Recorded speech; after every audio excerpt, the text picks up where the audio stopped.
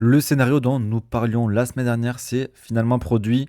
Bitcoin est venu liquider 1,5 milliard de dollars jusqu'aux 86 000 dollars. Est-ce que nous sommes enfin au bottom? Est-ce que on va aller encore plus bas? C'est vraiment ce qu'on va voir dans cette vidéo. Et comme d'habitude, on va faire un point sur l'actualité. On verra aussi quel est le sentiment. Et je peux te dire que le sentiment a pas mal changé depuis la semaine dernière. On fera un tour également sur le côté macroéconomique. Est-ce que les choses s'améliorent? Et on finira avec les graphiques dans lesquels je vais te présenter étape par étape où est-ce que je pense qu'on en est. Que pourrait-il se passer par la suite? Je te donne quelques scénarios. Donc, je t'invite à regarder jusqu'à la fin cette vidéo et à me dire en commentaire quel est ton avis. Est-ce que pour toi, nous sommes au bottom? Est-ce que pour toi, c'est la fin du bull market et nous rentrons en bear market? Et comme d'habitude, si jamais tu veux te former, tu as ici le QR code pour la formation gratuite. Tu as juste à scanner ou alors tu as le lien directement en description. C'est gratuit, c'est offert, c'est la maison qui offre, ça nous fait plaisir. Donc n'hésite pas à te la procurer. Également, si nos vidéos te plaisent, je t'invite à t'abonner. Vous êtes beaucoup à regarder sans vous abonner. C'est gratuit, ça nous aide beaucoup à nous développer. Donc si vous aimez notre travail, eh bien, je vous invite à vous abonner et à liker cette vidéo. Allez, on commence directement avec 1,5 milliard de dollars qui ont été liquidés depuis hier. Donc ça fait quand même pas mal d'argent, c'est peut-être plus que la liquidation que nous avons eue le 3 février. Donc là encore, on voit un marché qui souffre énormément et on vient retoucher des nouveaux bottoms dont on va en parler juste après. Au niveau des États américains, on peut voir qu'on a le Montana, le Dakota du Nord, le Dakota du Sud, la Pennsylvanie, le Wyoming qui rejettent les propositions de réserve de Bitcoin en raison des problèmes de volatilité. Donc là, clairement, on peut voir qu'on s'était peut-être un petit peu ambiancé. Maintenant, ils sont que 6 à rejeter pour l'instant et ils vont sûrement faire plus de recherches par rapport à tout ça. Mais il y a plus de 18 États américains qui sont en train d'en discuter. Donc peut-être que sur ces 18, certains vont accepter. Il faut quand même se rappeler que l'acceptation de Bitcoin en tant que réserve stratégique, ça va se faire au fur et à mesure du temps. C'est pas non plus tout le monde qui va accepter Bitcoin comme ça en claquant des doigts. C'est pas aussi simple que ça. Mais en tout cas, le sujet est sur la table. Donc ça reste ultra positif. Il reste encore beaucoup d'États qui devraient continuer à en discuter et voir comment ça va se décanter. En tout cas, même si les États, eux, commencent à être un peu réticents, on peut voir qu'on a GameStop, donc qui avait fait parler de beaucoup lors de 2021 avec pas mal de short squeeze qui avait liquidé beaucoup de monde et qui avait envoyé l'action GME vers le nord. Et ils sont assis sur 4,6 milliards de dollars en cash. Et le PDG a follow Bitcoin Magazine récemment. Il a follow aussi un compte Bitcoin il n'y a pas très longtemps, peut-être hier ou aujourd'hui. Et surtout, il a été vu avec Saylor où ils ont sûrement discuté de Bitcoin. Et potentiellement, GME pourrait commencer à investir son cash dans Bitcoin. C'est une grosse possibilité et si ça se fait, ça pourrait être encore une fois un levier pour investir sur Bitcoin via GME, sachant qu'il y a beaucoup de manipulation de marché qui se fait autour de cette action. Si jamais tu connais pas, je t'invite à faire des recherches. Il y a pas mal d'histoires là-dessus qui sont très très intéressantes. En Allemagne, la DK Bank qui lance justement son trading de Bitcoin et de crypto. Donc c'est une banque qui possède 370 milliards d'actifs sous gestion. Donc c'est très très intéressant. Chacun de leurs clients pourra du coup investir en Bitcoin, faire du trading crypto et tout ça géré par les institutions. Donc là encore, c'est une porte qui permet l'adoption massive et ça c'est plutôt positif. On a aussi Metaplanet qui est donc un fonds d'investissement japonais qui vient de rajouter 135 bitcoins. Donc là aussi, on peut voir que malgré tout ça, malgré tout ce FUD ambiant avec un BTC qui corrige fortement, on peut voir que ça continue à accumuler au niveau des institutions. Avant de parler de ça, il y a aussi Michael Saylor qui a acheté pour 20 000 bitcoins. Je crois que c'est environ 2 milliards de dollars qui continue donc à lever des fonds avec sa société en vendant ses actions. Si jamais le concept de comment il fait tout ça t'intéresse, n'hésite pas à le dire en commentaire.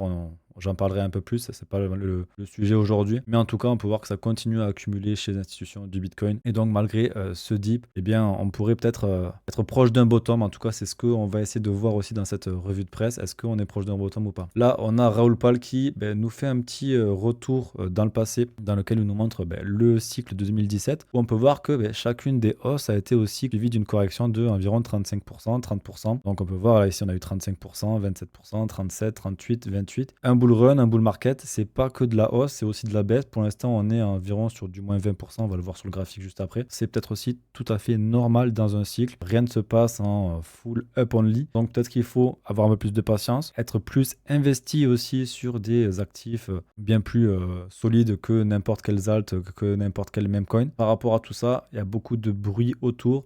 Donc fais attention à tout ça. Je pense qu'on est sur une correction personnellement. Maintenant, jusqu'à quand elle va durer, combien de temps ça va durer, c'est la question que tout le monde se pose forcément. Si on avait des boules de cristal pour savoir où est-ce que ça en est, ça serait trop bien, mais ce n'est pas le cas. Au niveau en tout cas des Real World Assets, on peut voir qu'il y a un nouvel ATH en termes de TVL et ils ont dépassé les 15 milliards de TVL. Donc c'est plutôt très très intéressant avec notamment beaucoup de crédits privés, donc de prêts privé tout simplement. Pas mal aussi de trésorerie de dette américaine. Donc là aussi, c'est vraiment très intéressant de regarder un petit peu les RWA. Ça reste un secteur qui se développe et qui sera vraiment là sur les décennies qui suivent. Il y aura une très grosse utilité notamment pour les traditionnels, les institutions qui vont pouvoir par exemple acheter des bons du trésor américain notamment et bien sûr la blockchain ou alors faire des crédits. On le voit, en fait toutes ces utilités-là vont continuer à se développer et les utilités qui seront plus, on va dire pour les retail, ça va être plutôt les actions. Lorsqu'on pourra acheter des actions sur la blockchain, pour l'instant c'est quelque chose qui est très peu développé. On le voit sur le graphique, c'est très très peu développé. On voit même pas de courbe en fait de la TVL sur les actions. Au niveau des commodities, donc on peut acheter de l'or, peut-être de l'argent également, du pétrole, etc. Ça commence à être un petit peu en hausse, mais on est vraiment sur quelque chose de assez plat. Clairement, on est sur un secteur qui est là pour rester dans le temps, donc à toi de t'y intéresser. Au niveau des ETF, donc on s'était quitté le 14, où on n'avait pas eu de data depuis le 14. Donc là, le 14, on avait une petite entrée et depuis, on a eu pas mal de sorties. Donc j'ai calculé tout à l'heure, on était à peu près à 1 milliard de sorties. Et au final, cette sortie-là, ça représente un petit peu toutes ces entrées ici depuis on va dire, le 23 janvier. Donc au final, il n'y a pas grand de sorties que ça sur Bitcoin. Ok, on est dans une phase corrective, on le voit sur le prix forcément. Mais dans les ETF, ça bouge pas trop. Ça bouge pas trop, il n'y a que 1 milliard qui est sorti. On est sur un market cap total de 120 milliards de dollars à peu près sur les ETF. Ouais, c'est à peu près ça, 116. Donc concrètement, il n'y a pratiquement rien qui est sorti, même pas 1% des BTC qui sont stockés dans les ETF. Donc pour moi, il n'y a pas grand-chose à signaler par rapport à ça. On est toujours sur quelque chose de très intéressant. Maintenant, ce qu'on veut voir, c'est bien sûr des inflows où on va avoir beaucoup plus de milliards qui vont rentrer et continuer à se développer. Ça permettra à Bitcoin également de regagner un peu de force et peut-être pourquoi pas de revenir chercher les 100 000 dollars. Au niveau d'Ethereum, en fait c'est la même chose, hein. Même on a perdu encore moins d'argent directement. Donc depuis le 14, on était ici. On peut voir qu'il y a eu très peu de sorties, au final un peu moins de 100 millions sur un total de 10 milliards. C'est quand même plutôt intéressant. Donc les institutionnels ne vendent pas, voire très peu, mais ils n'achètent pas non plus. Donc on est sur un peu un stand-by par rapport à tout ça. Mais c'est très intéressant de voir ça parce que clairement, en fait, ceux qui paniquent, c'est aussi les retail. Et on est peut-être aussi dans une bonne petite manipulation. Également, on a Eric Trump qui nous a dit de buy the dip. Donc est-ce que au niveau du sentiment, c'est pas quelque chose qui est un peu gênant?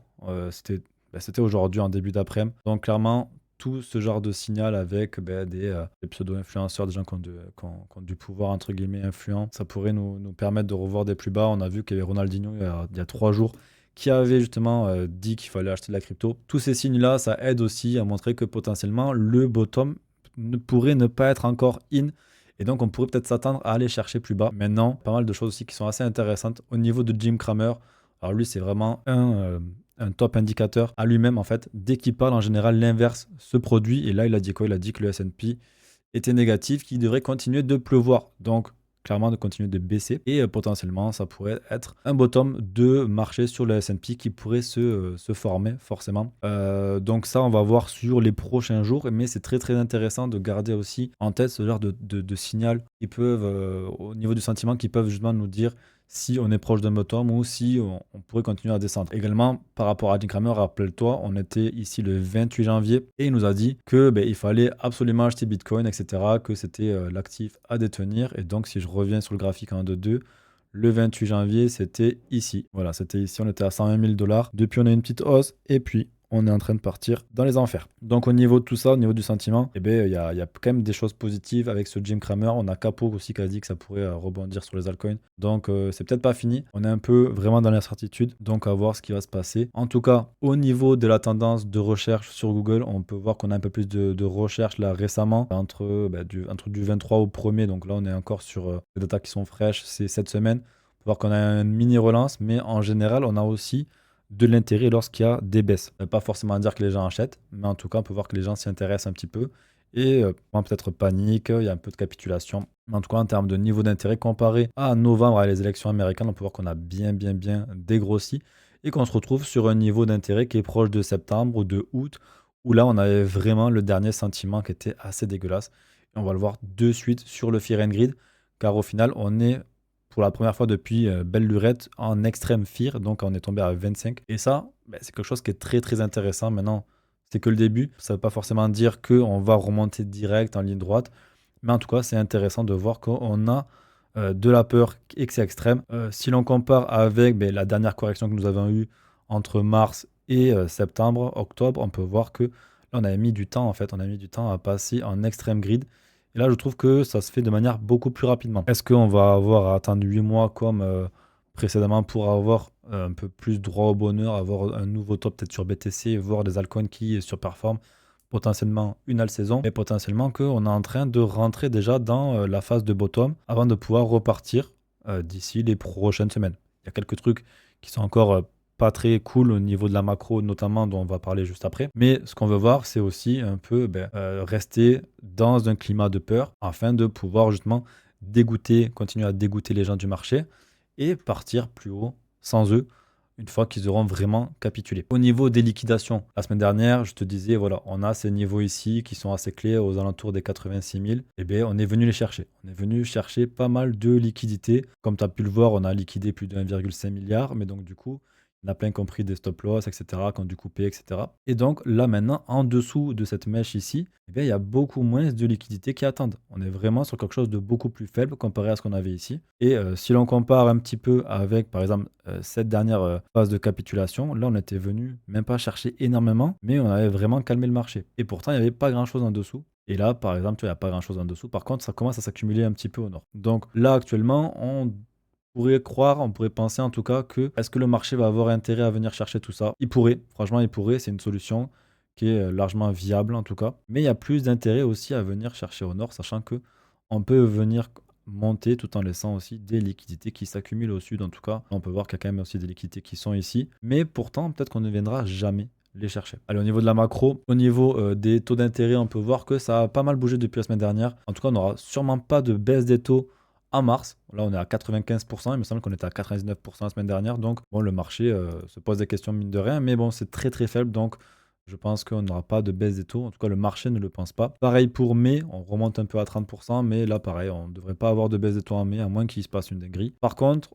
alors qu'on pensait qu'il y aurait peut-être une baisse des taux en septembre, eh bien pour l'instant le marché price une baisse des taux en juin. Je pense qu'il faut avoir un peu plus de data et attendre un petit peu dans le temps pour voir si le marché va continuer à pricer une baisse des taux en juin. Pour l'instant c'est le cas. Au niveau du FOMC minute. Donc là, c'était un petit discours qui a été fait la semaine dernière, je t'en ai parlé. Et ce qui a été dit de vraiment intéressant, c'est qu'au final, l'inflation, elle est toujours à risque de partir à la hausse, mais que le FOMC et que la Fed est en train de discuter sur le fait de ralentir ou alors d'arrêter tout simplement le quantitative tightening, donc le fait de, entre guillemets, détruire de la monnaie pour faire simplement. Et ça surtout parce qu'on arrive à une zone un petit peu critique au niveau de la dette.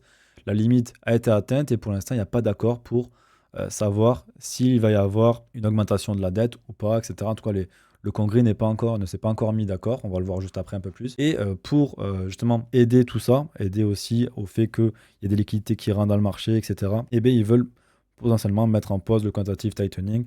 En général, quand ils mettent une chose en pause, ça m'étonnerait qu'ils le remettent par la suite. Maintenant, ils peuvent juste le réduire. Au lieu de détruire, admettons, 20 milliards tous les mois, eh bien, ils détruiraient seulement 10. Bien sûr, c'est un peu plus. Mais en tout cas, c'est l'idée. Au niveau des baisses des taux dans le monde entier, eh bien, on peut voir qu'on a eu 62 baisses des taux en novembre 2024. Donc, c'est plutôt intéressant. On peut voir qu'on arrive sur des niveaux qui vont se rapprocher de juillet 2019, de mai 2020. On peut voir que dans le monde entier, on est en train de rentrer dans un nouveau cycle où ça va imprimer un peu de la liquidité, où ça va rendre l'argent moins cher et donc forcément booster aussi les économies. Tranquillement, ça arrive. Maintenant, c'est aussi que le début. Et on peut voir que ici, The Kobayashi Letter, ils nous disent qu'en 2024, on a eu 164 baisses des taux et 32 hausses des taux. Alors qu'en 2020, on en avait eu 162 des baisses des taux pour 6 hausses. Donc, tu peux voir qu'on se rapproche de plus en plus avec pas mal de baisses des taux. Maintenant, on a des taux qui sont toujours là, pas de 0%, il n'y a pas d'impression monétaire à gogo. C'est en train de se décanter. On en parlera plus en précision la semaine prochaine parce que je suis en train de créer justement une grosse analyse que je vais partager dans le Discord aux membres, dont une partie sera abordée lors de la prochaine revue de presse. N'hésite pas à t'abonner aussi si tu veux en savoir plus par rapport à tout ça. Au niveau de l'inflation, on a Trueflation qui nous disent qu'on est toujours à 2,33%. Donc là, c'est plutôt positif, mais ce qui est entre guillemets marrant, c'est que pour l'instant, on n'a pas les chiffres qui ressortent, en tout cas par rapport aux agences du gouvernement américain, tout simplement. On serait plus sur une inflation supercore à 4,0%. Donc là, on est très loin des 2,3%. Et potentiellement une inflation, si on la prend au mois, qui serait proche des 10%. Donc, à voir quels seront les résultats du mois prochain au niveau de l'inflation. Mais d'un côté, on a Trueflation qui nous disent que l'inflation est en train de baisser. De l'autre côté, on a les agences américaines qui nous disent justement que l'inflation est en train de remonter. Donc, qui croire, c'est un peu le problème actuellement. Et comme tu peux le voir, même la Bank of America, il prévoit 4,6 d'inflation sur le CPI sur les 6 prochains mois. Donc, c'est peut-être pas pour le mois prochain, mais en tout cas, il voit une inflation qui reprendrait et qui serait beaucoup plus du double de la cible de 2% que vont avoir la Fed. Moi, ce que je vais attendre maintenant, c'est potentiellement les chiffres de l'inflation le mois prochain, parce que je veux savoir où est-ce qu'on va se positionner. Est-ce que c'est encore trop tôt ou est-ce qu'il faudra attendre ceux d'avril pour vraiment voir si en fait Trueflation a raison ou pas. Parce que si Trueflation a raison, on serait vraiment très très Gucci au niveau des taux américains, au niveau des assets à risque, ça rassurerait beaucoup les investisseurs. Sachant que l'inflation est contrôlée, ça serait vraiment une super bonne nouvelle. Donc je te parlais également d'un potentiel shutdown. Non, je ne te parlais pas de shutdown du gouvernement, mais je te parlais de la dette américaine qui est arrivée à son plus haut. Donc ce qu'il faut comprendre ici, c'est que ils doivent trouver absolument une solution, une entente sur le budget. Sinon, ils risquent d'avoir tout simplement un shutdown, donc une fermeture de certaines administrations de manière partielle. Ça va surtout être les administrations qui sont le moins utiles. Mais par exemple, pour avoir des gens qui ne sont pas payés, des parcs nationaux qui sont fermés, clairement, ce n'est pas forcément une bonne nouvelle. Ça peut vraiment impacter le marché et l'économie en créant de l'incertitude au niveau des investisseurs. Donc, de ce que j'ai compris, bon, c'est écrit d'ailleurs sur le tweet, 14 mars qu'on aura la deadline par rapport à ça. Et si le 14 mars, ils n'ont pas trouvé une solution, potentiellement, ça pourrait être quelque chose qui sera très, très, très néfaste pour le marché. En tout cas, je te tiendrai au courant par rapport à tout ça. Mais ça pourrait nous dire que s'ils ne trouvent pas de solution, on pourrait avoir encore une jambe baissière dans un futur assez proche, environ dans 3 semaines. Au niveau de BTC en termes de graphique, on peut voir que là, j'avais fait quelques petits scénarios et que on se rapproche du scénario où on descend chercher les 86 000. On avait commencé à partir potentiellement vers le haut, mais finalement, comme je te disais, il faut qu'on arrive à tenir ici pour garder toujours des plus hauts de plus en plus haut. Et on n'a pas réussi à le faire, donc ça, c'est invalidé. Maintenant, l'idéal, à mon sens, ça serait de venir toujours clôturer au-dessus des 87 000 $. Ça serait vraiment le mieux parce que du coup, on conserverait ces 0,236 du Fibonacci. Maintenant, il y a clairement un monde où on peut venir chercher les 0,38 du Fibonacci et toujours rester haussier. Comme tu l'as vu au début de cette revue de presse, Raoul Pal nous a montré qu'en général, on avait des corrections qui allaient aux alentours des 30%. Si on prend le top local et qu'on vient ici, nous sommes à seulement 21,47% entre guillemets. Donc, si on vient chercher du 30%, on pourrait largement venir chercher 74 500 $. Maintenant, c'est possible qu'on ne le fasse pas aussi. On est en train d'arriver pas mal en survente sur le RSI. On arrive sur des zones qui sont assez proches de août, ou alors août, on a quand même pas mal capitulé. Maintenant, ce sont que des estimations. Personnellement, en daily, j'aimerais bien qu'on vienne clôturer au-dessus d'ici, mais en weekly, j'aimerais vraiment qu'on vienne clôturer et réintégrer le canal baissier. Ça serait pas mal positif en tout cas, mais surtout qu'on reste dans ce range entre les 90 000 et les 108 000 $. En tout cas, si on a quelque chose qui est assez similaire au dernier retracement que nous avions eu, on pourrait très bien venir, voilà, tu vois, venir faire une méga mèche de l'espace pour revenir réintégrer le range directement. Il faut absolument qu'on reste dans ce range, en tout cas je pense, si on veut continuer à avoir une hausse dans les prochaines semaines. Maintenant, bon, c'est le marché qui va en décider. Pour l'instant, on a une belle correction et c'était assez envisageable. En tout cas, on en avait parlé déjà la semaine dernière. Maintenant, à voir ce qu'il se passera. Est-ce qu'on suit ce scénario-là ou est-ce qu'on vient chercher un peu plus bas, peut-être par ici, avant peut-être de repartir. Donc, on verra ce qu'il en sera. On en reparlera la semaine prochaine, forcément. En tout cas, Bitcoin est toujours dans quelque chose de très, très haussier. Et à côté de ça, on peut voir quand même que les altcoins, mais je trouve qu'ils ont assez bien tenu, à part certains, dont on va en parler juste après Solana. Mais Ethereum, on peut voir qu'il est en train justement de juste revisiter en fait son bottom de février. Comme si les altcoins avaient bottom avant BTC. Donc ça serait plutôt encourageant, surtout si on conserve ce bottom et qu'on vienne travailler par la suite. En fait, ce que je te disais sur Ethereum déjà la semaine dernière, c'est toujours valable en soi. Ce qu'on veut, c'est venir chercher ici. Voilà, on est venu le chercher une fois. On vient le chercher une deuxième fois. Et maintenant, ce qu'on veut, c'est revenir clôturer au-dessus des 2800 $ et récupérer cette résistance en support. On peut voir qu'on a buté plusieurs fois dessus. On pensait peut-être pouvoir la casser la semaine dernière, mais ça n'a pas été le cas. Clairement, il va falloir qu'on vienne la chercher. Et pour ça, on pourrait très bien continuer à range tranquillement, comme on a fait, avant de venir la casser et de repartir plus tard. Est-ce que ça va se faire sur du court terme? Est-ce que ça va se faire sur du long terme? Ça, on ne sait pas trop. Mais c'est vraiment ce qu'on veut voir, parce que sinon, on pourrait aller chercher beaucoup plus bas. Mais si on a bottom sur BTC et potentiellement on a bottom, on ne devrait pas aller beaucoup plus bas. Maintenant, si on doit aller plus bas et qu'il faut aller estimer vers où on pourra aller sur Ethereum, j'allais dire que les prochaines targets seront déjà les 1950 $. Ici, on peut voir qu'on a un support, mais aussi vers les 1500. Donc, je ne pense pas qu'on pourrait y aller, en tout cas, à moins qu'on rentre dans un bear market ou qu'il se passe un Black Swan, quoi. Mais ce sont des choses qu'on peut envisager. Au niveau de Solana, on peut voir que là, ça a pas mal corrigé. Ça n'a pas du tout fait ce à quoi on s'attendait. Étrange. Mais peut-être aussi un gros ras-le-bol par rapport à tout cet écosystème de memecoin qui scamme pas mal les gens. Donc, on peut voir qu'on revient dans le range que nous avions ici, entre là et tout simplement, on prend ici. Voilà, donc on vient de le réintégrer, ce range-là. Donc on n'a pas réussi à le casser sans confirmer au-dessus. Mais ça reflète également le marché crypto dans sa globalité dans tous les cas. Donc ce qu'on veut voir là, c'est revenir travailler et garder les supports. De toute manière, on veut garder ces supports ici.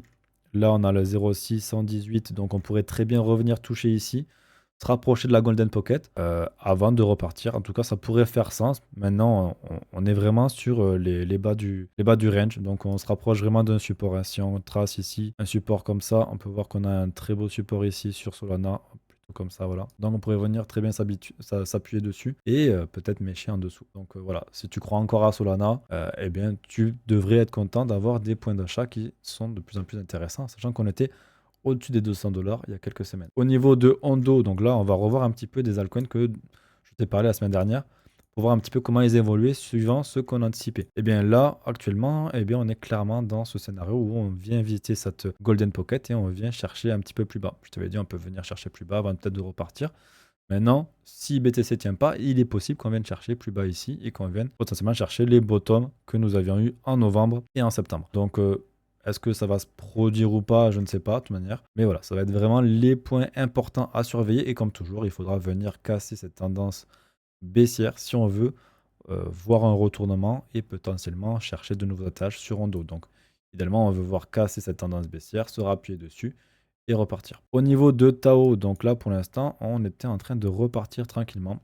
Donc, on faisait un peu ce que j'avais dessiné ici en vert. Donc, on descendait, on casse la trendline, on se rappuie dessus. Donc, pour l'instant, on est toujours potentiellement en train de se rappuyer dessus. Donc tout va dépendre également de la clôture en daily aujourd'hui. Et d'ailleurs, je t'invite à regarder comment sera clôturé quand tu regardes cette vidéo, puisque je tourne cette vidéo le mardi et que tu devrais la voir entre mercredi et la fin de la semaine. Et l'intérêt ici serait de voir un retest directement de cette trendline avant de potentiellement peut-être continuer un range avant de chercher à venir casser des plus hauts et de venir chercher encore plus haut et potentiellement un ATH. Maintenant, il se peut également qu'on réintègre cette compression, qu'on re-rentre dans la zone de Golden Pocket directement et qu'on vienne chercher aussi beaucoup plus bas. On a le bottom qui est actuellement ici, qui date aussi du 3 février comme celui sur pas mal d'altcoins, notamment Ethereum. On pourrait très bien revenir le visiter tranquillement avant de repartir. Beaucoup d'incertitudes par rapport aux altcoins. Au niveau de AiEX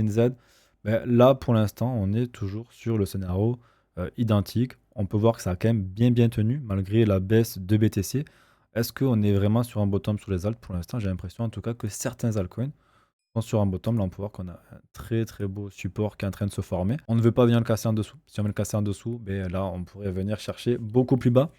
Tout ce qu'on veut voir ici, c'est venir le solidifier avant de repartir à la hausse. En tout cas, on est sur des points très intéressants sur AiEX et on peut voir qu'aujourd'hui il fait plus 5%, alors que la majorité du marché se casse la gueule. Au niveau de AAVE, on peut voir également qu'on revient visiter la Golden Pocket. Je t'en avais parlé, on était venu visiter sur le premier bottom ici. Là, on a cassé le bottom, on est venu chercher plus bas. On a toujours cette trendline baissière qui est ici. Donc, clairement, on pourrait très bien continuer à faire ce genre de mouvement avant de potentiellement venir casser et repartir. En tout cas, si le marché haussier le veut bien. On pourrait très bien également chercher beaucoup plus bas, hein.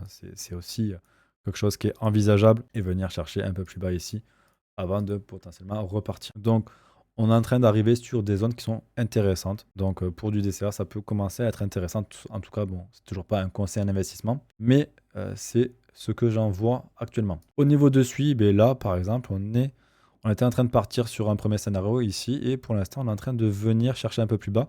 On n'est pas venu casser le bottom que nous avions fait le 3 février. C'est plutôt positif. Et c'est là où je me dis qu'au final, potentiellement, on a déjà eu le bottom sur les altcoins et qu'en fait, là, on a juste BTC qui dérape un petit peu. Mais les altcoins sont en train de plutôt bien tenir et ça, c'est ultra positif en tout cas. Maintenant, voilà, on peut toujours avoir ce scénario qui se met en place par rapport à celui et venir chercher la Golden Pocket. En tout cas, ça serait plutôt sain de voir tout ça et ça donnerait des meilleurs prix d'entrée, en tout cas, si c'est un projet qui t'intéresse. Donc voilà, concrètement, il y a vraiment un potentiel de penser que BTC a déjà bottom. Maintenant, tout va dépendre des clôtures. On peut très bien continuer à chercher plus bas. Comme je te l'ai dit sur les liquidités, on n'est pas non plus sur des grosses liquidités à venir chercher maintenant. On a fait certainement le plus gros du travail. Maintenant, tout va aussi dépendre du côté macroéconomique. Est-ce que ce sont les tarifs de Trump qui vont continuer à faire peur au marché? Personnellement, j'ai un doute par rapport à ça. À voir ce qu'il en sera lors des prochaines semaines. On en reparlera la semaine prochaine. On va continuer à en parler directement dans le Discord. Donc, si tu n'es toujours pas dans le Discord, tu as le lien en description. Et avant de finir, j'ai envie de te faire aussi une petite remarque par rapport à l'argent, par rapport à notre système en fait. C'est que c'est Seb Bunet qui le fait remarquer et c'est plutôt très intéressant. C'est que la réalité, c'est pas que tu sois mauvais avec l'argent, c'est que justement le système il a été designé pour nous permettre de continuer à courir après cet argent sans pouvoir en accumuler beaucoup plus. En 1970, 24 heures de travail, ça te permettait d'avoir une part du S&P 500. Aujourd'hui, il te faut 251 heures de travail, donc c'est à peu près un mois pour pouvoir t'acheter une part du S&P 500. Donc tu vois qu'il te faut 10 fois plus d'efforts pour avoir la même récompense. Donc clairement, c'est un problème. Mais c'est un problème pas de toi, mais de ce système qui ne fonctionne pas bien avec la monnaie. Et c'est là où on veut changer les choses avec Bitcoin notamment. C'est terminé pour cette semaine. J'espère que cette revue de presse t'a plu. En tout cas, n'hésite pas à nous rejoindre sur Discord. Tu as un lien gratuit dans la bio. Si tu veux rejoindre les membres du groupe, tu as le lien également dans la biographie. Si tu veux te former, tu as le QR code que tu as déjà vu, que tu as déjà scanné. Donc n'hésite pas. Si tu as des questions, tu as les commentaires. N'hésite pas aussi. Ce sera un plaisir de discuter avec toi également en commentaire. Et bien sûr, abonne-toi. Like, ça aide beaucoup à nous développer. Et comme toujours, on t'en est éternellement reconnaissant. Allez, passe une bonne journée, une bonne soirée, peu importe. À la prochaine.